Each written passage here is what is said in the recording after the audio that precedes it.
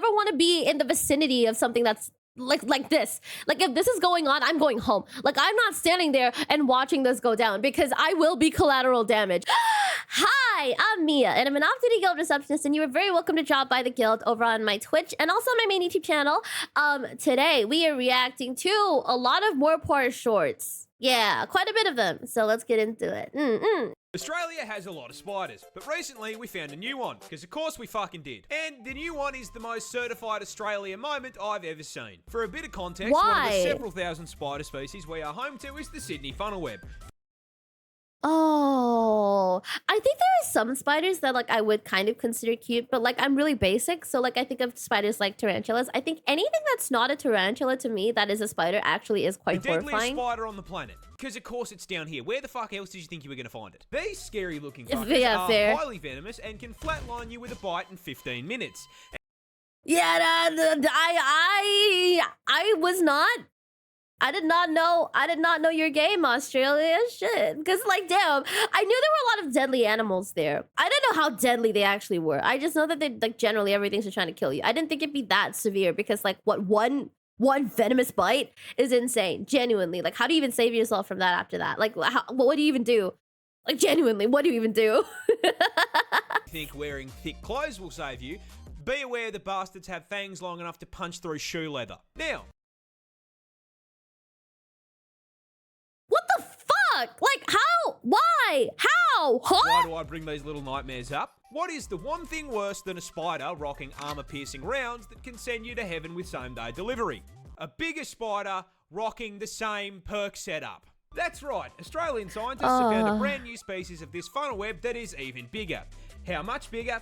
Well, the standard Sydney funnel web grows to around 5 centimeters or 2 inches. And hold on, I have a tape measure. I have a tape measure. Hold on. Okay. 5 centimeters. Okay, that's not that big. I mean, it's big for a spider, don't get me wrong. It's like bigger than the average cockroach, but like, I thought it'd be bigger. If you're asking me, 2 inches is more than enough. 2 inches is actually fucking huge. By comparison, that is huge. Don't get me wrong, it's very big. But I thought, like, just based on like the pictures, it looked larger in scale. So like, I'm a little bit like underwhelmed. This is the new one. It's twice the fucking size, cunt. Oh, God. Wait, that looks... Yeah, no, like, keep that away from me. I don't think I'm okay with that. Yeah, nah. Yeah, absolutely not. 4 no, inches sir. Of 8-legged menace to the animal kingdom. But that isn't even the best part. You see, do you know what they named this thing?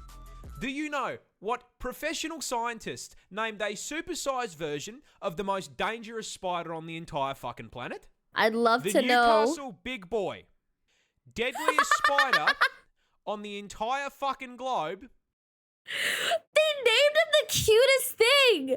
That's so adorable. No, genuinely, that's so cute. Oh, man, that's very cute. Big Boy. Only in Australia. Platypus are weird. Oh, damn, that was quick. I didn't realize the shorts are actually that short. I don't know why I thought they'd be longer. Also, right. Thank you so much. Thank you so much for the biddies. As a man, this is probably the scariest spider. The Brazilian wandering sprite. The Brazilian wandering spider. Dude, I don't even know what that looks like. I think I should Google it later if it's not going to show up in this playlist. Dude, nah.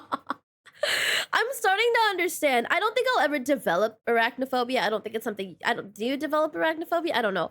But like, this is definitely scary. Like, I'm scared of this in a sense where, like, yeah, if I get close to it, it's gonna kill me. So, But I'm not sure you quite understand just how fucking weird. See, everyone knows the basics. They lay eggs, they sweat milk, and they look like God hit randomizer on the spore creature creator and just called it a day. But you see, mate, that's barely even scratching the surface of weird platypus features. First up, as is the qualifier for any Australian animal, did you know they're venomous? No. No? Wait, so you mean to tell me Perry the platypus is venomous? Is that why he's brightly colored? I'm not fucking with you, you heard me correctly. Male platypus actually have venomous spurs on their hind legs. These spurs are multi-purpose, acting as defense from predators, as well as a tool for throwing hands with other male platypus during mating season. And while their venom is non-lethal, that doesn't mean that getting stung by them doesn't fucking suck. See, platypus venom can cause extreme pain and swelling, and to ensure you remember not to fuck with them again, these effects can last for several months and have no treatment or anti-venom. So if Perry stabs your shit, your only option is to cry about it. Yeah, no. I think Doofenshmirtz needs to... He probably knows this. He probably knows this. He's smart enough. He probably knows this. He just doesn't care. I don't know. Perry's been very, very merciful. I don't know. Like, shit, this is crazy. I don't know how to feel about this. They're so precious and cute. I do think it's weird that they have beaks, right? I don't know how to take this information. I don't like it. I don't like that they're venomous. It kind of bothers me. Actually, it's messing with my view of reality. Like, what's real anymore at this point? Next on the list of offensive capabilities, I shit you not, platypus share the same hunting method as sharks. You see, that big-ass bill isn't just for show, as it contains enough surveillance equipment to make the CIA blush. Possessing the ability to sense changes in pressure in the water, but most importantly, containing electroreceptors that... Okay, that's actually kind of badass. That actually is pretty fucking cool. ...trickle signals from muscle contractions made by their prey. Meaning that when whatever they're chasing starts quaking in fear, they know about it. And last but not least, as if those things weren't already unbelievable, we recently discovered something new. Platypus are fucking biofluorescent. Wait, so they glow in the dark? Is that... No! Wait, again! Oh my god, wait, did we just find this out? Because that honestly sounds like, that sounds like... It sounds like whoever designed Perry knew. Because he's very blue. They glow! Yeah, that's literally the color of Perry the Platypus. Is that literally how, like, the design came to be? Can someone, like, verify?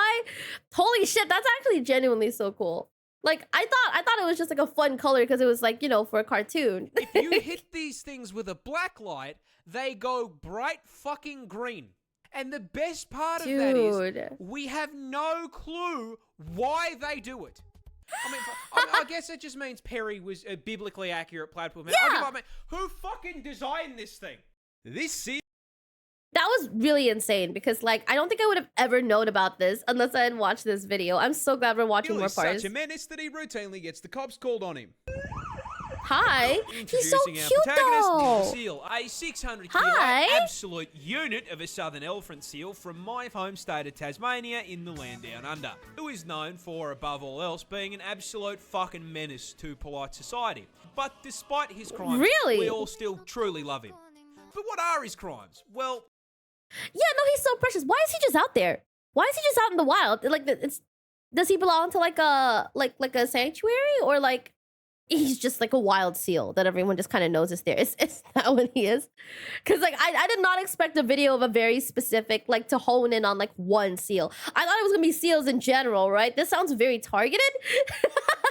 He seems to just fucking hate traffic cones and road safety in general. Has regularly been caught trespassing, and then once he has been caught trespassing, belligerently screaming at locals because they won't give him his fucking fish, and has been known to just block roads by plopping his fat ass down directly in the middle of them. However, hands down, the funniest shit he has ever done was just straight stopping this random lady from going to work. I shit you not.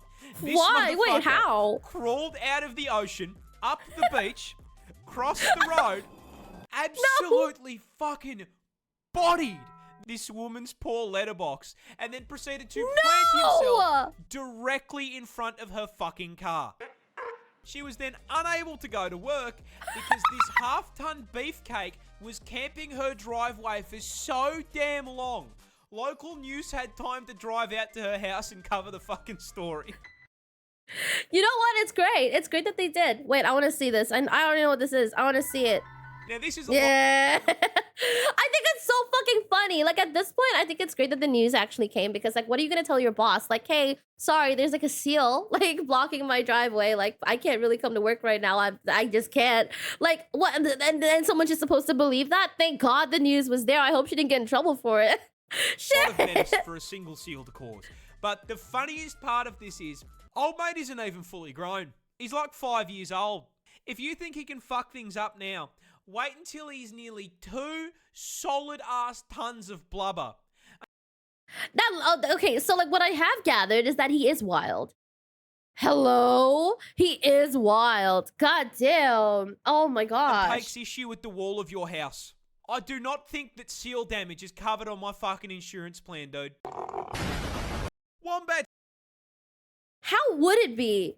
Honestly, okay, actually, like, the fact that there's so many, like, animals like this in Australia, does insurance in Australia actually cover anything like this? Like, specifically, like, bites from venomous creatures, and such, etc.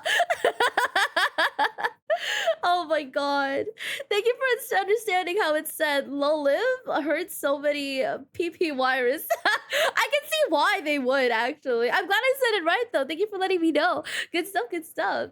Covering the news that people want most. Yes, real. He's just a boy. He is. He really is. Defend themselves by throwing it back. But to understand how Whoa. the fuck they actually do How? it, you're gonna need to learn a little bit about them first. You see, Australia is home to 3 species of these bad boys, all of them equally adorable, and very importantly, all be. They look like koalas that, like, aren't stupid.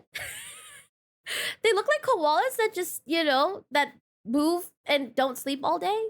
And I'm not calling koalas stupid because they sleep all day, right? Don't get me wrong. It's okay to be lazy. In fact, please be lazy.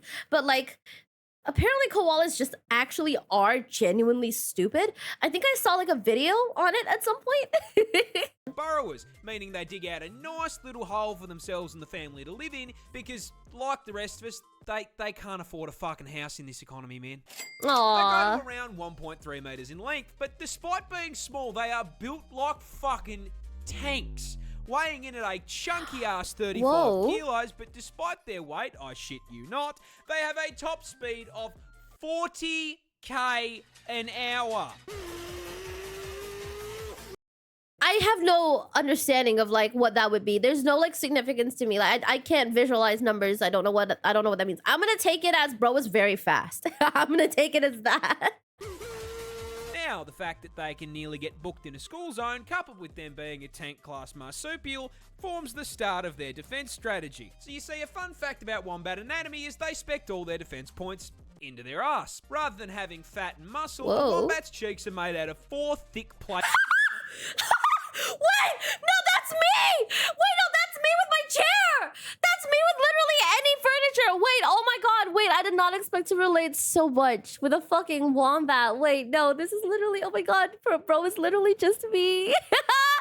Oh my god! Plates of fused cartilage, making it extremely solid. And this Kevlar BBL allows for the fucking funniest defense mechanism I have ever seen on an animal. Basically, if a predator tracks down Mr. Wombat to his burrow, it'll stick its head in and start trying to dig him out. In response, the Wombat will line his ass up with the tunnel door, chuck the gear shifter into reverse, and fucking floor it backwards up the tunnel into its aggressor, slamming his ass into its head. The impact then squashes the predator between his steel cheeks and the roof of the burrow, straight up crushing its skull like a I was not expecting that. I thought it was just gonna be like, oh yeah, like getting it out. You know, I did not think it was crushing any skulls. That's insane. Shit. Do I want that to be me? Let me give it some thought. Yeah, no, I think I'm good. Mortal combat fatality. I cannot make this shit up. Stepping on this rock could straight up paralyze you. That's because this isn't actually a rock. That is a stonefish, a species of underwater menace native to Australia. And coming as a surprise to absolutely no one, it is also the most venomous fish in the ocean. Because of course it is. As if the fucking snakes and spiders weren't enough, now I can get packed up yeah, by that's a scary. pet rock. But why is this Pokemon reject such a threat to my mental health? Well, you see, I feel like the only reason I know what a stonefish is because if I remember correctly, I could be wrong, but I think in Stardew Valley you can actually get stonefish roe, and then it's like it's very profitable. Yeah, it's very profitable, and I like besides the blobfish roe, but like I think it was stonefish if I remember correctly. I could be wrong though. I could be very wrong. Yeah, I don't remember. See, stonefish use their special venom for defense. However, unlike most other animals that do this, Cute! Dangerous, but This cute. little doesn't have the decency to dress like a neon sign to warn you. No, no, no, no, no. This bastard is a 6th prestige prop hunt veteran, having Yeah, no. Oh, dude. Yeah, that's a rock. That does not look like a fish at all. Yeah, no, I am so glad that I don't visit the beach very often. I don't know like how high, like how, I don't know if they show up on the shores, but like I think I'd be in a lot of trouble. Like I feel like every time I go to the beach, there's like a very high chance that I'll get stung by something. I just don't get stung by it. I get really lucky. So I'm very scared of actually not wearing shoes at the beach. I'm very scared of going to the beach. I love the sand. I don't like the fact that it's out there and there's shit in it and there's worms in there and it's the worms, really. It's the worms. I think like one of my biggest fears was actually seeing one of my biggest scares personally was actually seeing a video where this is another Australian thing where like I think they have like sandworms. I think someone put like a fish or something like on the surface of the sand and pulled up like a fucking long ass fucking worm. And I think ever since then I've just never seen beaches the same way. Like I don't live in Australia, but I'm really glad that I don't, because I don't think I could handle that. Like Australians are a whole different breed of like people, because like for you to be able to like survive in a land that's literally just trying to kill you the whole time. Maybe I'm exaggerating it. Maybe I don't actually know what it's like, because I don't know what it's like. But like props, still, I have so much respect for that because geez, I don't think I would survive at all. Some of the most impressive camouflage in the animal kingdom to make hunting easier. And once they've set themselves up, they are basically indistinguishable from Patrick Starr's house. Now, this is a fairly major problem as That's they a crazy love to comparison. live in the shallows on the beach. And Exactly. Yeah, see, I'm cooked. Yeah, I am not surviving Australia. Absolutely not. venom we talked about earlier is stored in these 13 giant, highly toxic spines that deliver venom when pressed on. I have actually seen this specific video. This is a video I have actually seen before. This is the only reason I even know stonefishes are You venomous. can probably see where I'm going with this. Poisonous. Venomous. Yeah, venomous. Considering it's hard enough to spot these things while you're paying attention, if you were, say, on a romantic walk along the beach with one of the homies, and while distracted by his ethereal beauty, weren't paying too much attention to where you were walking, it would be very easy to place your foot in the wrong spot and step directly onto 13 hypodermic needles, which would then deliver a ginormous dose of neurotoxin. Honestly, even the texture, even like the, I don't even know what to call it. I think it's the texture. The texture of the liquid, the venom is already very scary because water doesn't look like that. What even is that? Genuinely neurotoxin? Oh god. Straight into your system. Oh, you thought it was normal venom. No. You see, these things maxed out the toxin skill tree, producing a mixture of 2 neurotoxins that can flatline you by collapsing your heart and lungs in under an hour. And even if you survive, the sting still causes extreme pain, swelling, and tissue necrosis. Yeah, no, absolutely not. Shit, nah. Yeah, I don't know if I even want to visit Australia knowing this. I'm sure it's a beautiful country. I'm sure it's amazing, right? I'm sure it's absolutely amazing. But like, I don't know. I don't want to die. I don't know. Am I overgeneralizing? I probably am. But still, oh, dude, this is scary. It's crazy. It's insane. I feel the need to like clarify. I don't have anything against I don't have anything against Australia. I'm just very scared of dying. I don't want that to be taken the wrong way, okay? Because this is Australia, where even the scenery is trying to one-shot me. Australia lost a war to emus. But how? Whoa. Oh, I know about this. No, I know about this. Yes. Did we lose an armed conflict with flightless birds? Well, it all started in 1932 when farmers in Western Australia wanted to grow wheat. There was just one major problem. That's emu territory, and emus really like wheat. And I'm guessing this is going to be a very similar story to the cane toads. Coming in at 6 foot tall and 40 kilos in weight, they can eat a lot of it. So when breeding season came around, the emus migrated through the farmland, and these poor farmers were overwhelmed by a tyrannid swarm of man-sized poultry, 20,000 emus strong. These feathered tanks then proceeded to completely steamroll through the fences into the fields and started laying waste to the wheat. The farmers attempted to fight back the initial wave with rifle fire, but their efforts were, putting it lightly, completely useless. This ginormous L made the farmers pretty bloody angry, so they gathered together and went to the government to ask for help. Sir, 20,000 emus have hit the wheat fields. Money, mate. And so the government declared the emus enemies of the state and sent in the army to commence the Great Emu War. Oh god, it's the fact that it's like historically documented because it was such a big point, and like it's the fact that like, spoiler alert, we lost. That's actually genuinely so funny. 7th Heavy Artillery Division was deployed to WA, armed with 2 LMGs, 10,000 rounds, and the sole objective to blast anything with feathers. A little bit excessive for an overgrown turkey if you ask me, and upon their first deployment, the army immediately ran into a major problem. Emus are fast. I am speed. Really fast, clocking a top speed of 50 kilometers an hour, which meant that once they opened fire, the emus would immediately bolt out of range of their weapons. But they still took a crack at it, and then immediately stopped when both LMGs jammed after only dropping 12 emus. Stop. You're joking. Look, I know that like between the two parties in the emu war, I know that the emus won. What I didn't know was like this is starting to sound like the emus won, like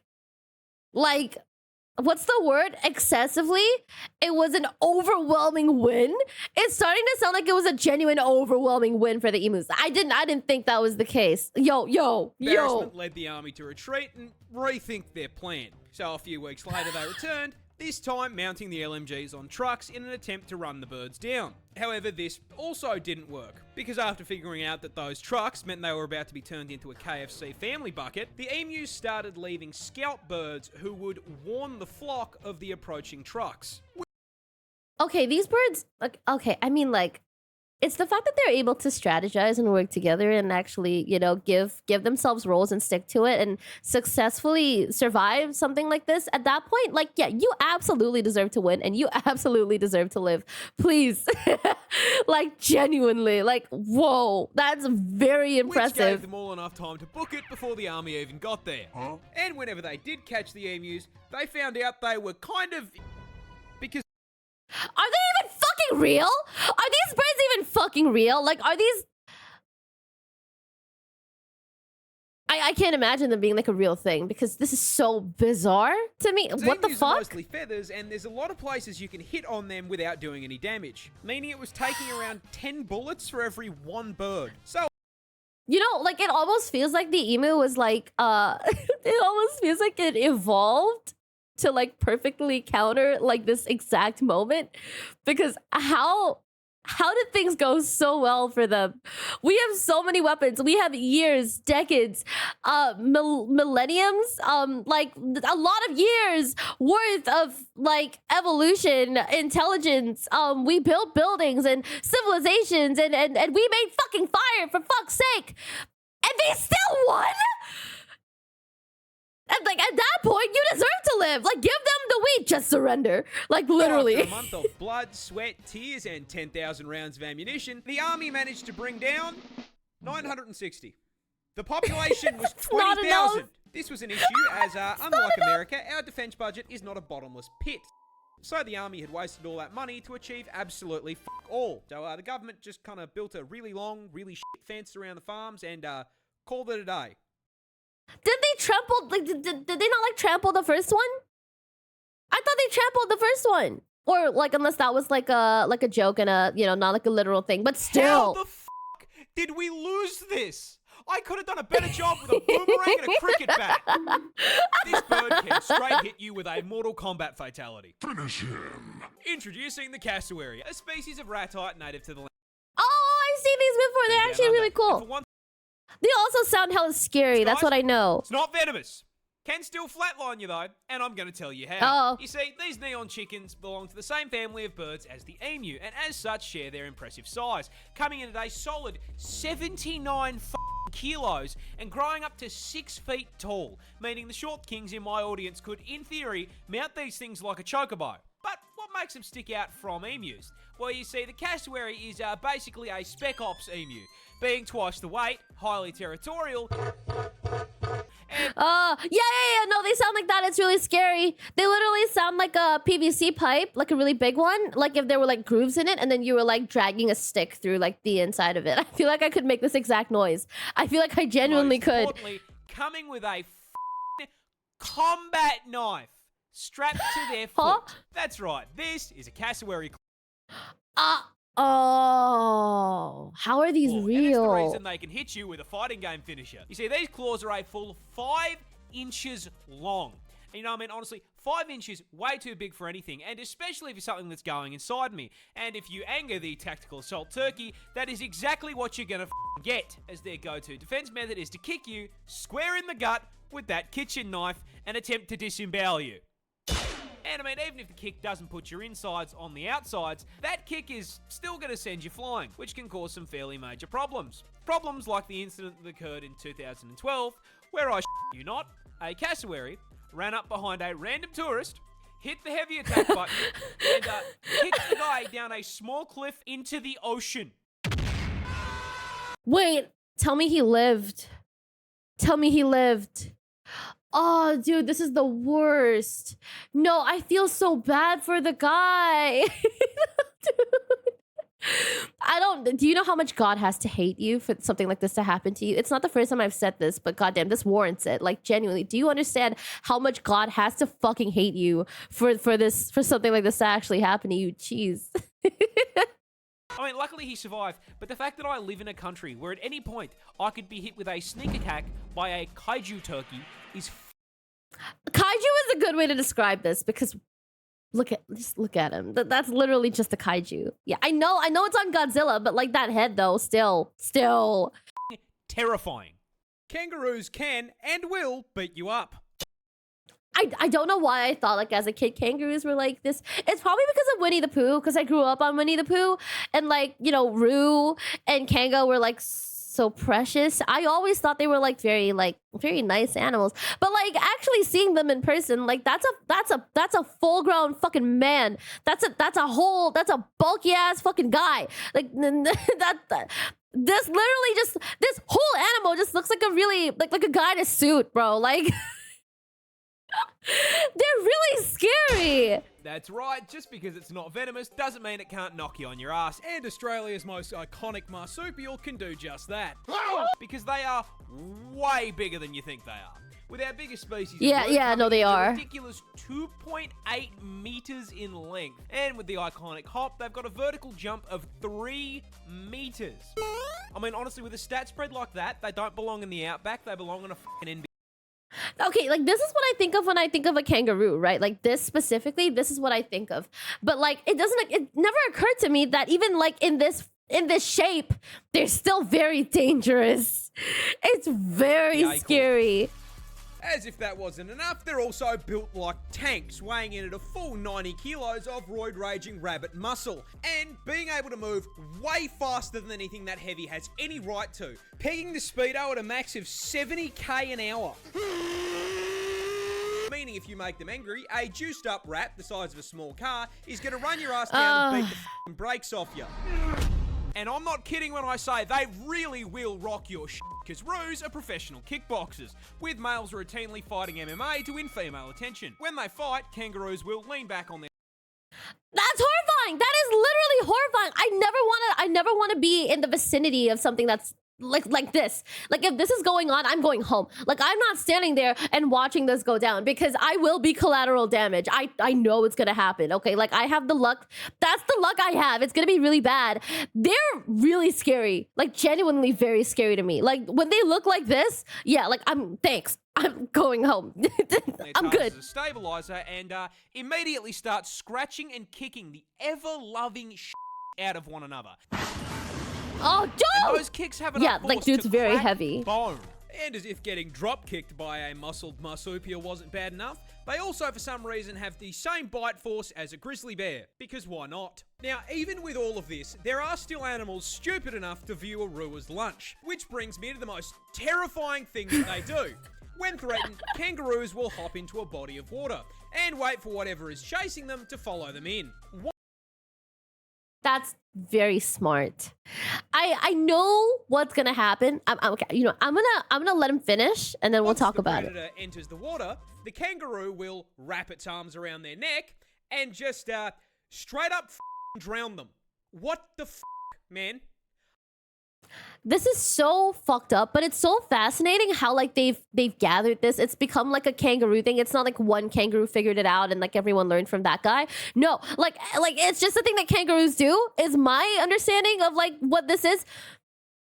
What kind of fucked up evolution do you have to go through to make this an instinctual thing? This is borderline cruel. I mean, like, not borderline, it is cruel. It's different if it's for self-defense, right?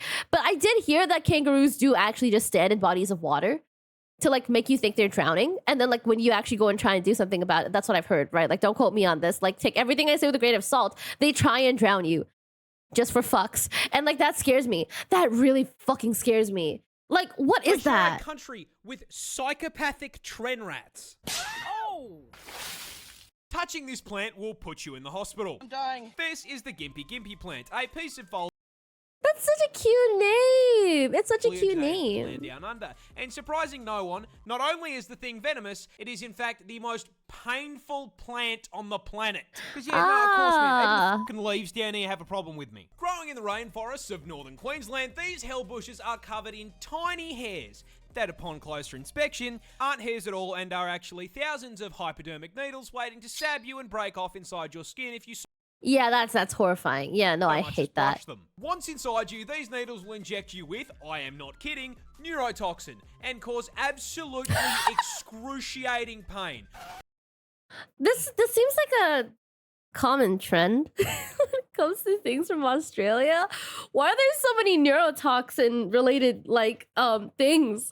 It's insane. I mean, like comedic levels of pain. With one person describing it as being covered in hot acid and electrocuted, and another... Yeah, that's horrible. I don't want to experience that ever. That's scary as hell. That's scary as hell. saying that it was straight up more painful than childbirth, and she'd given birth 4 times. And Yo. the fucked up part is, the neurotoxin isn't even lethal. So this spiteful of a plant is hurting you purely for the love of the game. Mind you, there are reports of people saying getting stung by this thing is actually worse than being put in the ground. This is...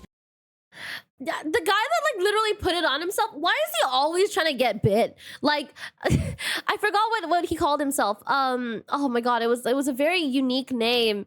Safari, no. Sorry, I'm having a lot of Coyote, yeah, Coyote Peterson, right?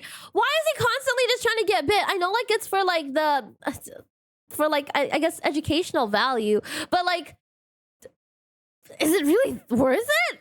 Because Groot's little hellspawn cousin here can continue hurting you for literal years after being stung. This is because those thousands of little hypodermic needles are actually made out of silicon, meaning your body can't break them down. And with how thin they are, your skin will usually close up over the top of them, meaning that these neurotoxin-emitting slivers can sit inside your skin for literal years, releasing more neurotoxin any time that they're moved or disturbed.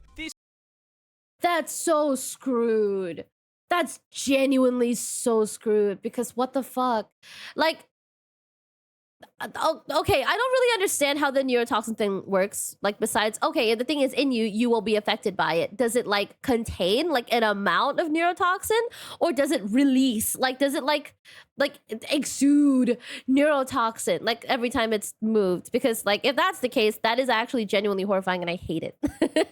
Constant, chronic, agonizing pain is so unbelievably bad that there have even been records of, trying not to get banned here, people Alt F4ing existence to make it stop. This particular incident came from a man who accidentally used one of the plant leaves as toilet paper. I don't think it gets much.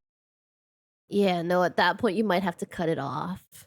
You might have to cut it off. Worse than neurotoxin to the nuts. I have been assaulted by a cow. One of the cows is called Monty, and he's an adolescent, and I made the mistake of I'm sorry, wait, I just processed the fact that he said he was assaulted by a turning cow. around for like 5 seconds, and in that 5 seconds, this 500-kilo cow runs up behind me while I'm sorting out his food and tries to f***ing mount me. He nearly f***ing squished me. If I hadn't been hitting legs, I would have been squashed by a horny f***ing cow. I don't know. I mean, this sounds like a horrible thing, but also like shit. Like this is a very unique experience. At this point, that's like my conversation starter forever. This bird has to rearrange its organs and skeleton just to lay an egg.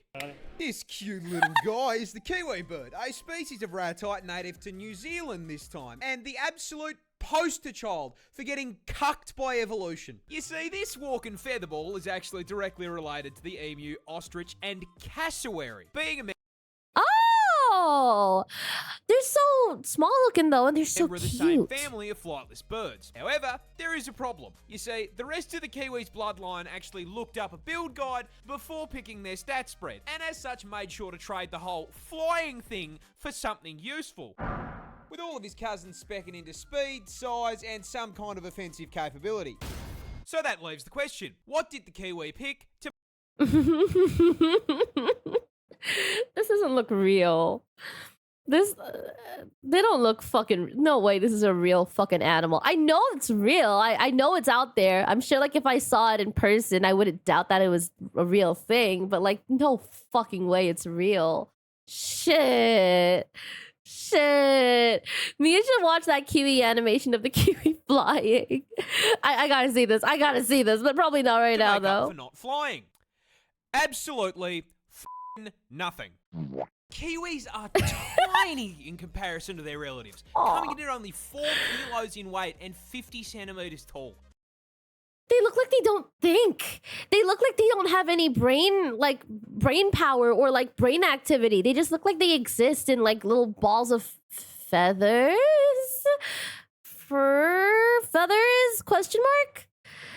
But they're so cute. Oh my god, they're so round. This is because Kiwis evolved largely on an island with no natural predators, so they downsized and traded out the knife feet and bloodlust for just being a little guy with a They're so cute. good attitude, which honestly worked pretty well for them until the British did British things, and now they have to deal with cats and dogs trying to eat them. And considering this build was not designed for PvP, they have been clapped so hard by invasive species that they are now unfortunately an endangered animal. But getting shafted by the British is just the beginning of the generational violation of the Kiwi, because these poor feathered fruits can't even reproduce without getting f***ed over. You see, the Kiwi bird's cousins are famous for laying huge eggs. I'm talking hits of protein macros in on meal-sized eggs. And you would think that is because they are large. And you would be wrong. Because their Yeah, they look hella vertically small. challenged cousins have to lay eggs the same size. A kiwi bird lays eggs 20% the size of their body. With the egg being so bloody large, it rearranges their internal organs and stretches their rib cage just to be able to hold the thing. For reference, that is like a human giving birth to a 15-kilo child. That's not a... I have never felt so bad for an animal before. Like this, yeah, no, when dudes just like bro got like evolutionarily fucked, bro's right. Like bro's right. Not bun in the oven anymore. That's a whole f***ing bakery. I ate lunch with a wild lizard. You see, before I made the videos, I worked as a handyman. And one day a client asked me to do some brush cutting because their lawn was, putting it lightly, completely f***ed. So I'm taming a miniaturized version of the Amazon jungle, and I see something that nearly gives me a heart attack. A big lump of scales slithering through the brush about 2 steps ahead of me. Being Australian, I immediately assumed it was a snake, which is a problem, because the only 2 snakes in my home state are highly venomous and extremely aggressive. So I immediately stopped what I was doing, backed the f*** up, and got ready to call in the snake catcher to relocate the angry hospital noodle.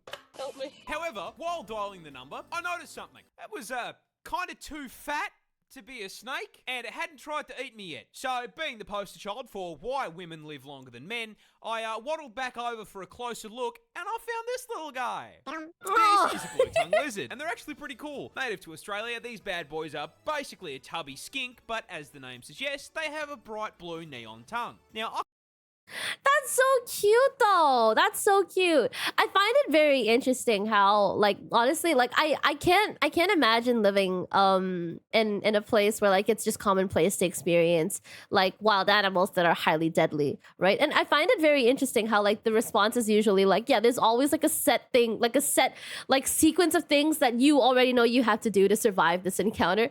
Oh, if it's a snake, and like the fact that you have to know like what kind of snakes are actually like available in your region in order to make sure like, okay, yeah, if it's a snake, I know for a fact that it's venomous and I have to get help immediately. You just know. That's fascinating, and I'm actually experiencing a little bit of culture shock. Just a little bit. He's just a chill little guy. Yeah, he is. It's so precious, actually. I love how lizards look. I think they're very like cute.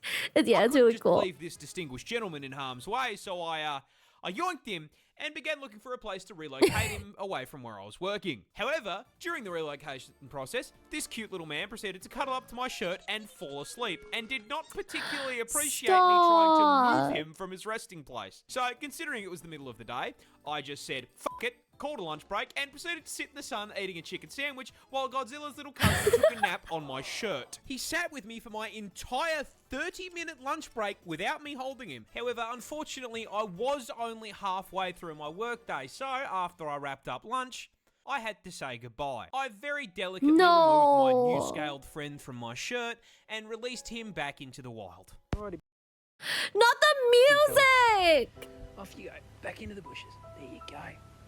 See you, friend. I think this incident legally qualifies me as the first Australian Disney princess. There was a big-ass huntsman that used to Honestly, live in my fair, house, yeah. and I'm gonna be honest, dude, I kind of just let him hang out. He ain't f***ing small. I'll tell you that much. There's a huntsman, and they do. Ooh. I was quite happy to let him just chill because I never saw a mosquito or a fly in that house. So he was paying rent in his own way, you know? That's actually adorable. I think that's very cute. That's actually pretty cute. This animal will peel your face off like a banana. Introducing the one creature that strikes fear into the hearts of every Aussie. The infamous, terrifying drop bear. That looks like a koala. Unless that's exactly what it A species is. of predatory marsupial exclusive to the land down under. This genuine nightmare may seem pretty normal at first, closely resembling the koala bear, and that is by design. You see, the drop bear is an ambush. Oh, I hate this. Oh my god, I hate this already. Shit, oh god. Patrolling the branches of the eucalyptus. Look at it, look at his fucking fangs.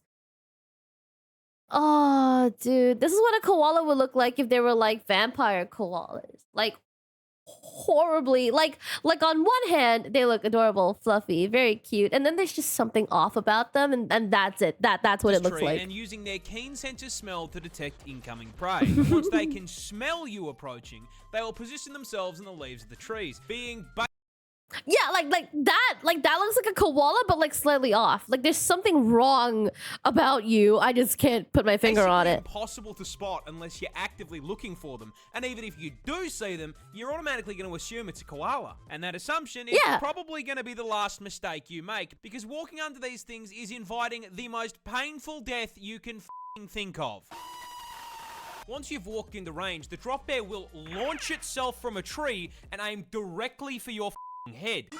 Small animals will often be clapped on impact as the 20-kilo drop bear launched itself out of the tree so fast that it snaps their spine. And they're the lucky ones, because once they make contact with your head, drop bears will immediately puncture your scalp with their foreclaws and latch on like a fuzzy little face hugger. Once firmly attached to your skull, the drop bear will start to kick out your eyes with its hind claws in an attempt to blind you. And while they are forcing you to cosplay Daredevil, they will be tearing into your face with their fangs like a fucking chainsaw. How are these things real? Genuinely. Like, I get it. Australia is full of these, like, you know, types of, like, wildlife. But how are these fucking real? Genuinely, how are these fucking real?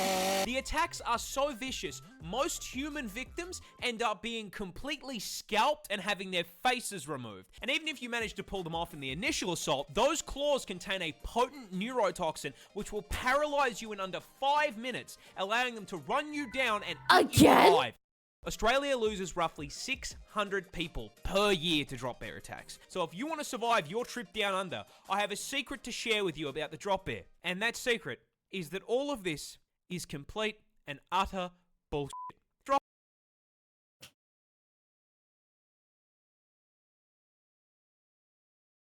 What? What? Okay. I'm almost more dumbfounded that it's not real. Drop like bears now. aren't real. I made it all up. April Fool's cunt. This jellyfish Shit. Fuck. Okay. I'm a little bit relieved actually, because these sound hella deadly. is basically a time bomb. Introducing the Urukanji, a species of jellyfish native to the northern waters of the land down under, and possibly my least favourite animal in the entire ocean, because it is just a massive, spiteful cunt. Well, massive is misleading, because this little guy is tiny. I mean, ridiculously small. Being not much bigger than your fingernail at the head and basically completely fucking invisible to the naked eye. This is a fairly major problem, because behind that halo cloak frame they are dragging 3-foot-long tentacles and shocking absolutely no one. Say the line, Bart. It is one of the most venomous jellyfish in the ocean. I'm so fucking tired of the bro stealth knows. poison multi-classes on OCE servers, dude. This shit is broken. You see, those 3-foot tentacles are covered with tiny little barbs, and at the barest touch, they will literally propel themselves into your skin like a bullet and inject you with the Australia Special, a pina colada cocktail of various neurotoxins. And upon being injected, you will feel absolutely f***ing nothing. You'll keep swimming around, splashing about in the water, kissing the homies, until you are overcome with a sudden, severe feeling of impending dread. I mean the kind of dread that will have you hysterically screaming that you are about to die. I am gonna die! I'm gonna die! I'm gonna f***ing die! That's because the invisible cunt here does psychic damage, inflicting a condition known as Urukanji syndrome, which starts with a feeling of impending doom so strong there are records of people asking to be, avoiding a ban here, forcibly disconnected from God's Minecraft server. That's so fucked up. Again, how is this real? Like, fuck the drop bear, right? But like, genuinely, how are any of these animals real? The ocean is now a lot scarier than I thought it was, is all I'm gonna say. And that feeling of doom is warranted because about 30 minutes after being stung, that biological bomb goes off, with the venom initially causing extreme pain throughout your entire body. And after making you feel like a failed isekai protagonist, the venom then spikes your blood pressure and heart rate through the roof, which can cause heart attacks, blood clots, and has even been recorded to cause brain hemorrhages. And the f***ed up part is, it doesn't have an anti-venom. This thing sneak attacks you, waits 30 minutes, sends you a private DM telling you it got your ass, and there is not a fucking thing you can do about it. So you just cooked. That's it. That's it. How common are the stings? Like, how common is it to actually, like, encounter, not even encounter, but, like, to actually get stung by something like this? Genuinely. This pigeon saved an entire... Oh my god! Wait! Okay, I have a disclaimer, okay? Like, I have a bunch of pigeons that work for me, and they're very mean to me, and I don't like them. But I'm not gonna say every single pigeon's a bad pigeon, right? Like, I mean, this one might be cool. Let's give him a chance. Army Battalion. Heroes never die. Introducing our protagonist, Jeremy, Oh, a he's carrier cute, pigeon though. who was in the employ of the US Army Signal Corps during World War I. You see, back in the oldie times, radio technology was, kind of dog shit. So carrier pigeons were still the meta for DMing the homies memes over distance. Which is how, in 1918, our feathered little shock trooper here ended up in France. I'm actually realizing this isn't an Australia thing, but I'm going to include it anyway. I'm going to include it in the Australia video anyway. It's not an Australia thing, but let's just include it. It's fine. with 500 US soldiers stuck 3 kilometers behind enemy lines, completely cut off from supply and reinforcement in a 7-day shootout. You see, Cherami's battalion, juiced up on freedom and red crayons, had overextended and become trapped, surrounded on all sides by German soldiers. And to make matters worse, being stuck behind enemy lines meant they were now on the receiving end of US defense spending, being absolutely hammered with friendly artillery. Now, staying as far away as they would have had more luck using their radio as fucking nunchucks than a comms device. So they began sending out carrier pigeons in an attempt to tell command to stop fucking shelling them and help on the point. However, the Germans were having none of that shit and shot every single carrier pigeon the battalion sent out of the air like they were running an AIM Labs warm-up. Until only one remained, Cherami. Desperate and rapidly running out of soldiers, the battalion wrote a message and attached it to Cherami, sending him into the air and watching him sail above the trees. And just when they thought he was clear, some sweat on the German side nailed him. The battalion watched in horror as their last hope spiraled out of the sky. The bullet tore straight through Cherami's center of mass, destroying one eye, punching a hole through his chest, and blowing off one of his legs. And this Giga Chad of an animal tanked it. No way! I got a headache. The Marines watched in awe as this mangled pigeon picked itself out of the mud and managed to fly clear of German fire.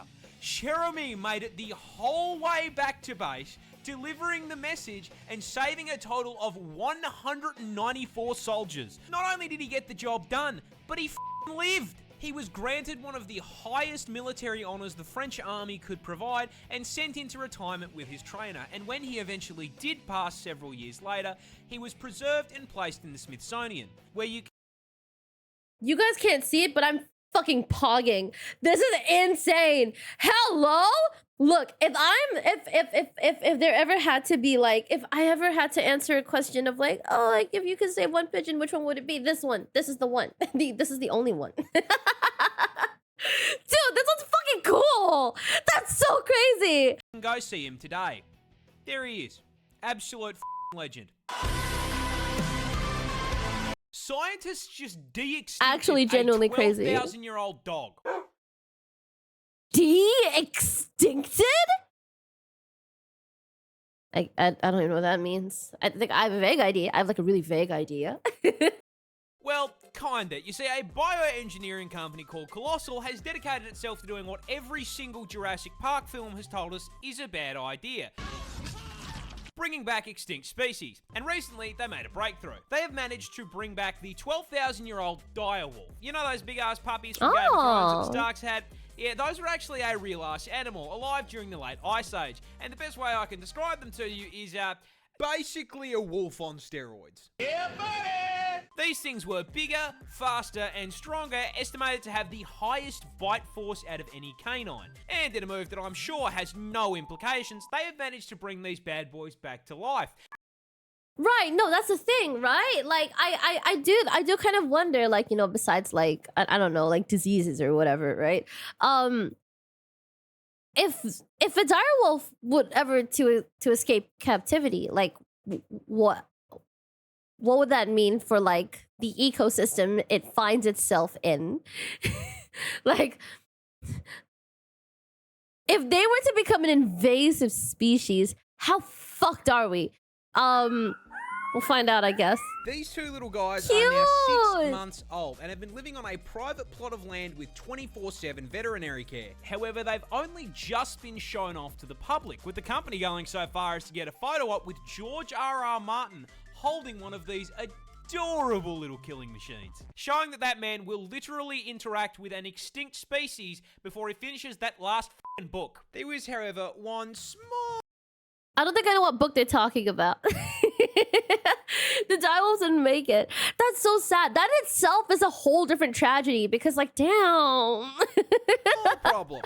This isn't technically a direwolf. You see, by a merit of them being extinct, short of specking into necromancy, you can't exactly bring them back. Which is where this guy comes in. You see, the grey wolf shares 99.5% of its genetic code with the dire wolf. So, using CRISPR gene editing, they basically toss the grey wolf back into the spore creature creator, then using the code found in dire wolf fossils as a build guide, juiced the out of it, boosting the size slider and putting some extra points into strength, as well as adjusting its head shape and teeth. All in all, they made a total of 20 edits to 14 genes, producing the closest thing we can get to a dire wolf short of time travel. Okay, so basically what they created was not a dire wolf, it's the concept of a dire wolf. They've basically recreated like the vague idea we had of like whatever this was. So this isn't actually like a dire wolf. Okay, yeah. Whoa. Which is cool as I give it 5 years before a man-made horror beyond comprehension breaks out of that lab and we are all playing Resident Evil. Okay, I'm glad I'm not the only one who like was worried about this.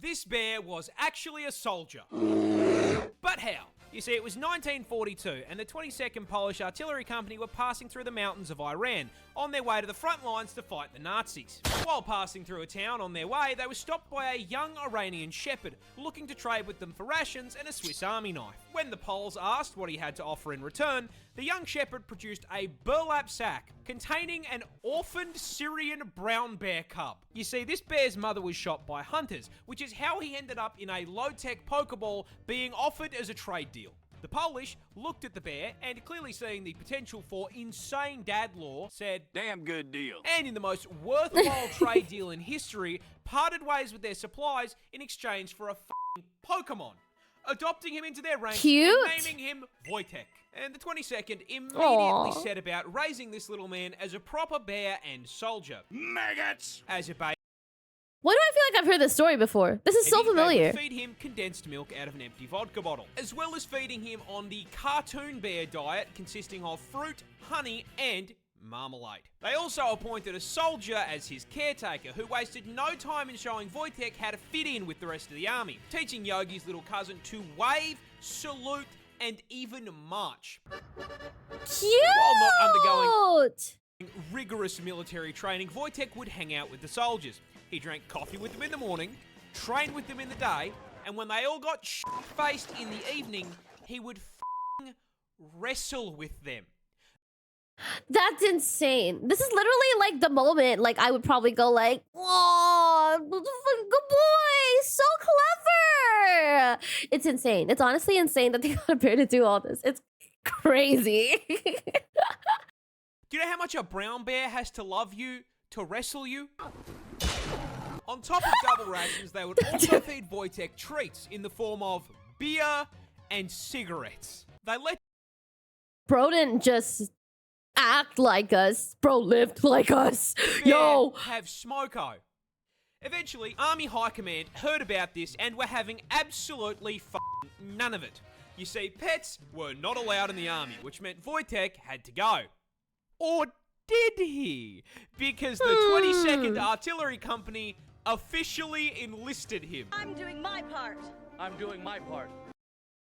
I love when this happens. I love when it's like, okay, like there are like animals like pets and stuff like that, and then they get adopted and then they get assimilated into like the thing. You know, like how cats get like library cards if they visit the library enough, stuff like that. Or like I literally know of like I saw like a story online quite a couple of years ago where I think a cat would visit like a patrol station like quite often, and they gave him like his own coat and his own like name tag and his own like card. It's so cute, and it's just seeing this happen, like, you know, like it's not new. It's really precious. It's amazing. I'm doing my part. Wojtek was given a serial number and granted the rank of private, so when confronted about the very conspicuous bear in their ranks, they simply went, "That's not a bear, that's Private Wojtek." And Wojtek, I love that. I love this, genuinely. took his new role very seriously, as during the Battle of Monte Cassino in 1944, Wojtek began using his bulk to transport artillery shells and ammo to soldiers engaged in combat. He was a real soldier. Like, yeah, no, like, bro's there. It's They so had cool. a fucking resupply bear. For his bravery, he was promoted to the rank of corporal, and the 22nd changed their insignia. Bro got promoted? Oh my god. Okay, I mean, like, it's a huge flex to literally have a resub like bear. That's insane. Imagine being an enemy soldier, breaching the enemy line, and a damn bear was there. I think I'd be like too stun locked to even do anything. I think that in itself is like psychological. Like, it's like psychological damage. Like, is that what I think I saw? Like, did I really just see that? Am I still sane? Can I still do this? Is this real? Am I real?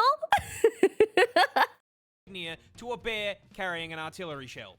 This absolute unit smoked, drank, and dropped artillery on the Nazis. Based. Base. No, that's so real. I can't believe it.